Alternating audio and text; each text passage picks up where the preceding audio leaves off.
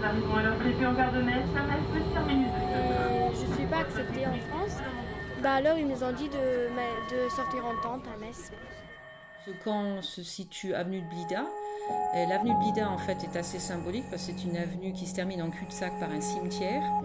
Il y a également une usine d'incinération des déchets, tout ça dans une situation d'à peu près 200 mètres carrés. S'agissant du lancement de la marque de territoire, Inspire Metz marque le début d'une stratégie de marketing que Metz. Cette stratégie a pour but de développer la notoriété de notre territoire. 180 000 euros, 120 000 euros pour la marque, 60 000 euros pour la présentation. Je dois dire que je suis... Un jour, Jacqueline a eu l'idée d'acheter un tableau et on s'est dit pourquoi pas donner l'occasion aux enfants de s'exprimer. Et d'eux-mêmes, ils ont dessiné donc un arc-en-ciel, mais pas très coloré, des oiseaux qui donc semblaient piégés par cet arc-en-ciel. Le but de ce tableau, c'était de le remettre à Monsieur le maire, parce qu'on avait fait signer les enfants dessus.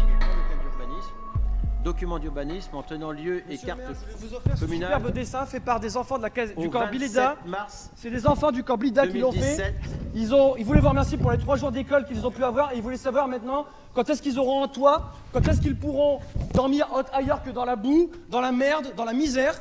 Quand est-ce qu'ils pourront Monsieur, j'ai demandé à la dormir police ailleurs que dans des tentes devant un incinérateur, de me monsieur. permettre Ils vous offrent ce dessin. de Ils ont terminer. pu aller 3 jours à l'école et maintenant ils veulent savoir quand est-ce qu'ils auront un toit. Vous avez dit, monsieur le maire, regardez-moi dans les yeux. Ça suffit. Vous avez dit, monsieur le maire, regardez-moi dans les yeux, vous ne pouviez pas dormir.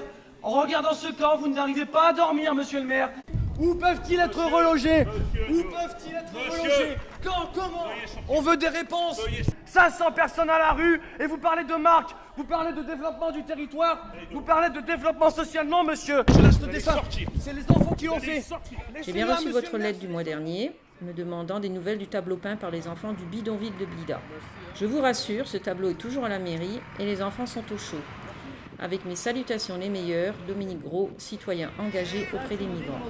Les enfants étaient effectivement au chaud puisque le camp avait été démantelé fin novembre. Donc ils avaient été donc placés dans différents foyers à travers Metz, des foyers pour la plupart insalubres, mais au chaud, effectivement. Et un jour, la police est arrivée, leur ont dit vous avez une demi-heure, 45 minutes pour faire vos bagages, vous partez. En voiture, policier escorté jusqu'au centre de rétention administrative qui est ni plus ni moins une prison. Tout est fermé à clé. Nous avons été les voir, donc on a eu...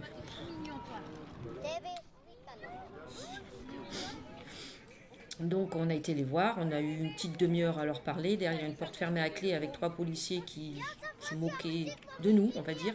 Une cellule de prison, on va dire, plus ou moins. Donc on a discuté, ça a duré une petite demi-heure, les policiers nous ont dit que ça suffisait. On est parti et on ne les a plus jamais revus.